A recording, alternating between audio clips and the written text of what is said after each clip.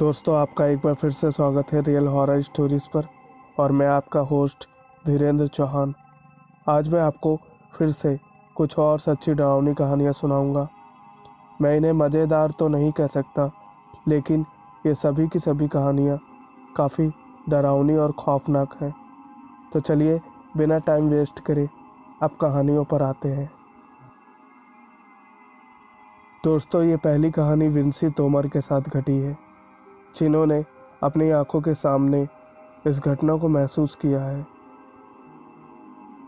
दोस्तों, कहा जाता है कि भूत प्रेत अच्छे भी होते हैं और बुरे भी, लेकिन जब भूत प्रेत बुरे होते हैं तो वो इंसान का क्या हाल करते हैं, यानी कि वो उसे किस किस तरह से डराते हैं और उस पर कैसे हावी होते हैं और उसकी ज़िंदगी कैसे तबाह कर देते हैं, वो आपको इस घटना से पता चलेगा।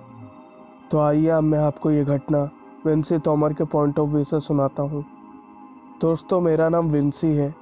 मुझे हॉरर शो देखना बहुत पसंद है। मेरी मम्मी मुझे हमेशा कहती रहती थी कि बेटा, ज़िंदगी में कभी डरना नहीं। मैं तब 13 साल की थी जब मेरे साथ ये घटना हुई थी। मेरी एक सफ़ेद बिल्ली है। उसे एक बार काली छाया पेड़ के पीछे दिखाई दी थी। वो पेड़ हमारे घर के बाहर ही है, लेकिन थोड़ा दूर था। उस समय मैंने तावीज़ पहन रखा था। अगर आप नहीं जानते कि तावीज़ क्या होता है, तो तावीज़ में आपको बता दूं कि एक तरह का लॉकेट होता है जो कि गले में पहना जाता है, जिससे आपके पास बुरी शक्तियां नहीं आती, वो आपको छू नहीं पाती। जब मेरी बिल्ली उस पेड़ की तरफ खड़ी हुई उस छाया को देख रही थी, तो मुझे तो ऐसा लग रहा था कि वो शायद पेड़ की ही छाया होगी। लेकिन मेरी बिल्ली तुलसी माता के पास खड़ी हुई थी, जो कि घर के बीचों बीच आंगन में है। अपनी बिल्ली को गोद में मैं लेने के लिए चली गई। तुलसी माता के पास जैसे ही मैं गई, तो मेरी बिल्ली शायद मेरे पास आना ही नहीं चाहती थी। वो उस पेड़ की तरफ देखकर जोर जोर से गुर्रा रही थी, जिससे मुझे पता चल गया कि ये कोई पेड़ की छाया नहीं है। तभी मैं हनुमान चालीसा पढ़ना शुरू कर दिया, लेकिन अचानक मैं हनुमान चालीसा भूल गई। मैंने राधा कृष्णा नाम जपना शुरू कर दिया।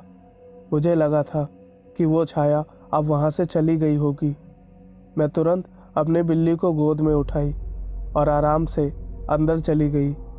मैं ये बात अपने परिवार वालों को बताई, तो उन्होंने मेरी बात को टालना चाहा। तब मैंने उन्हें कहा कि अगर मैं मजाक कर रही हूँ तो क्या बिल्ली कभी ऐसा बिहेवियर करेगी क्या। खैर, मैं उन सब बातों को भूल गई।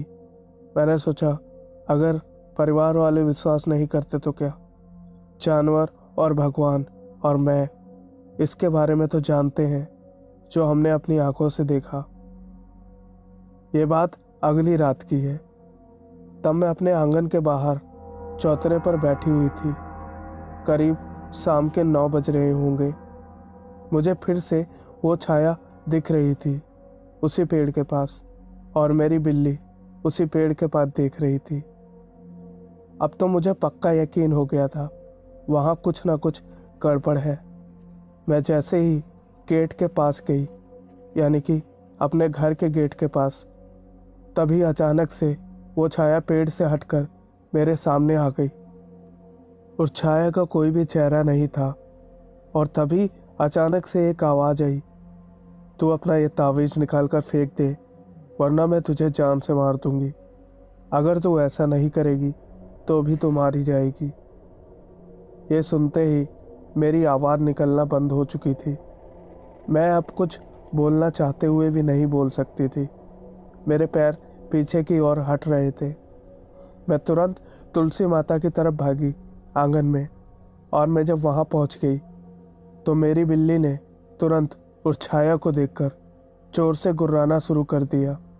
उस वक्त मेरे परिवार में सभी लोग सो चुके थे, सिर्फ मेरी मम्मी जाग रही थी। हालांकि मैं उस वक्त काफ़ी डरी हुई थी, लेकिन फिर भी मैं अपनी समझ से काम ले रही थी। मैं जान गई थी कि अगर मैं ये लॉकेट हटा दूंगी अपने गले से, तो ये मुझे मार सकती है। इसीलिए मैं तुलसी माता के पास ही खड़ी रही और मैं लॉकेट भी पहने रही।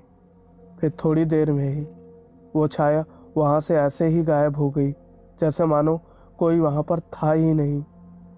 फिर अगले दिन से कभी भी वो छाया मुझे दिखाई नहीं दी। शायद वो जान गई थी कि ये लड़की चालाक है और ये अपने गले से अपना ये तावीज़ नहीं उतारेगी। दोस्तों, मेरा नाम इम्ताज है। मैं गोलपरा में रहता हूँ। मैं एक दिन रात को मेरे मामा के घर घूमने के लिए जा रहा था। सफ़र काफ़ी लंबा था, इसीलिए मैं बस से जा रहा था। बस सोलमरी पहुँच चुकी थी। उसके बाद जो भी रास्ता है वो काफ़ी लंबा है और वो एक बिल्कुल जंगली रास्ता है। पूरा का पूरा वो जंगल ही है। कुछ लोगों का मानना है कि उस रास्ते में भूतों का वास है। जब मैं खिड़की से बाहर की ओर देखता तो सिर्फ झाड़ियाँ ही दिखाई दे रही थी और घना अंधेरा, और चारों तरफ घने जंगल के सिवा कुछ दिखाई नहीं दे रहा था। थोड़ी देर बाद जब बस थोड़ा आगे बढ़ी तो एक आदमी अपने हाथ से इशारा कर रहा था बस रोकने का। ड्राइवर ने तुरंत बस को रोक दिया, लेकिन जब उसने बाहर निकल कर देखा तो वहाँ कोई भी नहीं था। फिर इतने में ही एक दूसरे पैसेंजर ने कहा कि वो कोई आदमी नहीं है, बल्कि वो एक मरा हुआ आदमी है जो इस रास्ते में आने जाने वाली गाड़ियों से हमेशा ही लिफ्ट मांगता है। फिर ड्राइवर ने भी कहा कि क्या ये घटना सच है या तुम झूठ बोल रहे हो। उस पैसेंजर ने जब उस आदमी के बारे में ड्राइवर को पूरी कहानी बताई तो ड्राइवर को उस पर विश्वास हो गया और उसने बस को ब्रिज की तरफ मोड़ दिया। अब वो उस जंगल वाले रास्ते से आगे नहीं बढ़ना चाहता था। कुछ ही घंटों में मेरा भी स्टैंड आ चुका था और मैं अपने स्टैंड पर उतर गया। उसके बाद मैंने कभी भी उस जंगल वाले रास्ते से सफ़र नहीं किया। दोस्तों, ये जो घटना मैं आपको बताने जा रहा हूँ ये मेरी फूफी के साथ घटी थी। ये उस समय की बात है जब मेरी फूफी 12वीं कक्षा में पढ़ती थी। तो ये बात एक दिन की है जब उनकी दोपहर में छुट्टी हुई थी और वो अपने स्कूल से घर की तरफ आ रही थी। वो उस दिन अकेले ही आ रही थी। उनकी कोई भी सहेली उनके साथ नहीं थी। आते आते उन्होंने रास्ते में देखा कि एक पेड़ के पास एक औरत खड़ी है। वो औरत उन्हें अपनी ओर इशारा करके बुला रही थी। मेरी फूफी ने सोचा कि आखिर मुझे ये औरत क्यों बुला रही है। उस औरत ने अपने सिर पर एक टोकरी रखी हुई थी, तो फूफी को लगा कि ये औरत कोई सब्जी बेचने वाली या फिर फल बेचने वाली है जो मुझे फल बेचना चाहती है।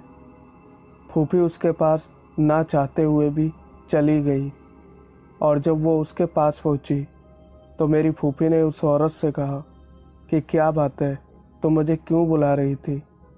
फूफी ने बस इतना कहा ही था कि उस औरत ने जो अपने सिर पर टोकरी रखी हुई थी उसने उस टोकरी को उतारकर ज़मीन पर रख दिया और उस पर जो एक लाल कलर का कपड़ा पड़ा था उसे मेरी फूफी के सामने ही हटा दिया। उस टोकरी में एक इंसान का धड़कता हुआ कलेजा रखा हुआ था जो कि ज़ोर ज़ोर से हिल रहा था।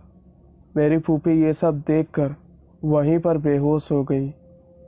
काफ़ी देर होने के बाद जब हम सबको ऐसा लगा कि फूफी अभी घर नहीं आई है स्कूल से, तो हम लोग जब ढूंढने के लिए गए तो मेरी फूफी वहीं रोड के किनारे पेड़ के पास बेहोश मिली थी। फिर हम सब उन्हें घर लेकर आए और फिर एक मौलाना को दिखाया। मौलाना ने बताया कि वो कोई और नहीं बल्कि एक चुड़ैल थी जिसने मेरी फूफी को छलावा दिखाकर मारना चाहा।